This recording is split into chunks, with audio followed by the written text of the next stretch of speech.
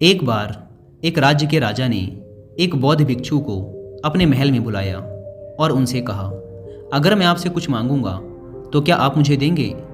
बौद्ध भिक्षु ने कहा, जरूर, बताइए क्या चाहिए आपको। राजा ने कहा, क्या आप मुझे अपना ये भिक्षा पात्र दे सकते हैं?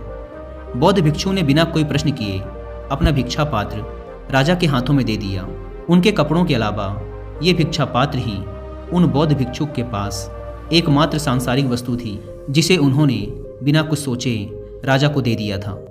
राजा ने बदले में बौद्ध भिक्षु को एक बड़ा सा सोने का कटोरा दिया जिसमें चारों तरफ मोती जड़े हुए थे। बौद्ध भिक्षु ने उस कटोरे को हाथ में लिया और जंगल में बनी अपनी कुटिया की तरफ चलने लगे। वे रास्ते से गुजर ही रहे थे कि एक चोर ने उनके हाथ में वो कीमती सोने का कटोरा देख लिया और उस कटोरे को चुराने के उद्देश्य से उनका पीछा करने लगा। बौद्ध भिक्षु ने महसूस कर लिया था कि एक चोर उनका पीछा कर रहा है। उन्होंने सोचा कि इस सोने के कटोरे की वजह से वह चोर उनकी मानसिक शांति को खराब करेगा। साथ ही उस चोर को इस कटोरे को चुराने के लिए काफ़ी मेहनत भी करनी पड़ेगी, इसलिए ये कटोरा उस चोर को ही दे देना चाहिए। जब वे बौद्ध भिक्षु अपनी कुटिया के द्वार पे पहुँचे तो उन्होंने उस कटोरे को कुटिया के बाहर ही फेंक दिया और चुपचाप कुटिया के अंदर चले गए।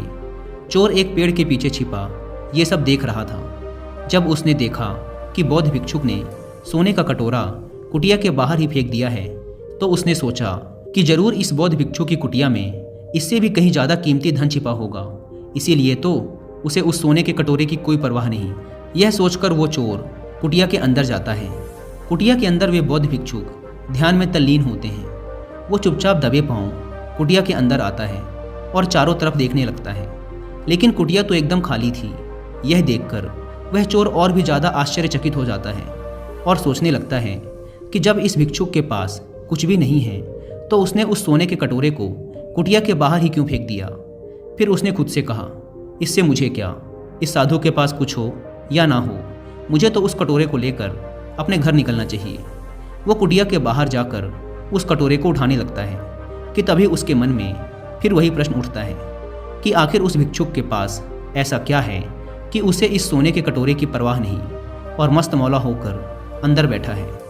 उसके अंदर इस प्रश्न का उत्तर जानने की जिज्ञासा बढ़ती जा रही थी, इसलिए वो फिर कुटिया के अंदर जाता है और जाकर बौद्ध भिक्षुक के सामने बैठ जाता है और उनकी आंखें खुलने का इंतजार करने लगता है। थोड़ी देर बाद वो बौद्ध भिक्षु अपनी आंखें खोलते हैं और उस चोर को अपने सामने बैठा देखते हैं। वो उस चोर को देखकर मुस्कुराते हैं और कहते हैं, तो तुम आ गए? चोर ने कहा, महाराज, मैंने आपका महल से लेकर इस कुटिया तक पीछा किया। मैं बस आपसे ये जानना चाहता हूँ कि आपने उस सोने के कटोरे को कुटिया के बाहर ही क्यों फेंक दिया? आखिर आपके पास ऐसा कौन सा धन है जो उस हीरे से जड़े सोने के कटोरे से भी ज़्यादा कीमती है? यह सुन वो बौद्ध भिक्षुक मुस्कुराए और बोले, मेरे दोस्त, मेरे पास एक ऐसा खजाना है जिसे तुम देख नहीं सकते। चोर ने कहा, ऐसा कौन सा खजाना है? बौद्ध भिक्षुक ने कहा, मेरे पास ध्यान का खजाना है जिसके सामने दुनिया की सारी दौलत फीकी है।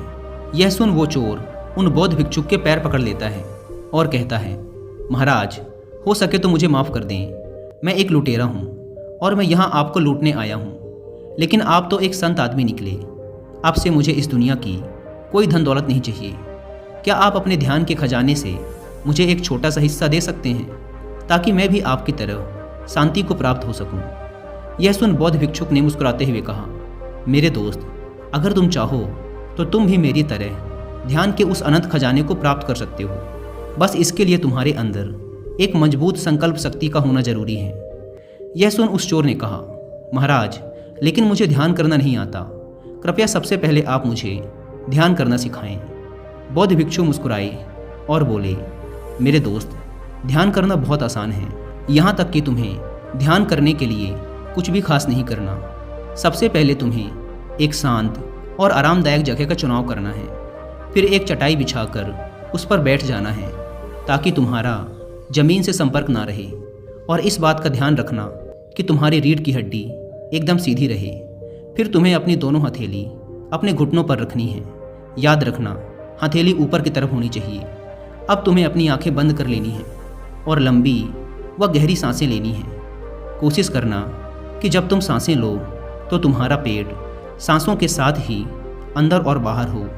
इससे सांसें लंबी और गहरी होती हैं। इसके बाद धीरे धीरे अपनी सांसों को सामान्य अवस्था में आने दो और हर एक आती जाती सांस पर अपना ध्यान केंद्रित करो। कोशिश करो कि तुम सांस के आने जाने रुकने हर एक अवस्था को महसूस कर सको। एक भी सांस तुम्हारे महसूस किए बिना नहीं गुजरनी चाहिए। केवल आती जाती हुई सांसों पर ही पूरा ध्यान दो। शुरुआत के कुछ दिनों तक तुम्हारा मन बार बार किसी और चीज़ के बारे में सोचने लगेगा, लेकिन जैसे ही तुम्हें याद आए तुम्हें फिर से अपना ध्यान अपनी सांसों पर केंद्रित करना है। तुम्हें और कुछ नहीं करना, बस पूरी जागरूकता के साथ अपनी आती जाती सांसों पर ध्यान देना है। समय के साथ तुम्हारी सांस लेने की गति धीमी होती चली जाएगी। जैसे जैसे तुम्हारे सांस लेने की गति धीमी होती जाएगी वैसे वैसे तुम्हारा मन शांत होता जाएगा और तुम्हारी सांसें और भी लंबी और गहरी होती जाएंगी। फिर धीरे धीरे एक ऐसा समय भी आएगा जब तुम्हारे मन से सारे विचार ही गायब हो जाएंगे और तुम्हारा मन शांति के महासागर में डूब जाएगा। और यही गहरे ध्यान की अनंत अवस्था है। बौद्ध भिक्षु के बताए तरीके के अनुसार उस चोर ने ध्यान करना शुरू कर दिया। उसने चोरी करना भी छोड़ दिया और धीरे धीरे उसकी ज़िंदगी पूरी तरह से बदल गई। अगर हम अपने चारों तरफ देखें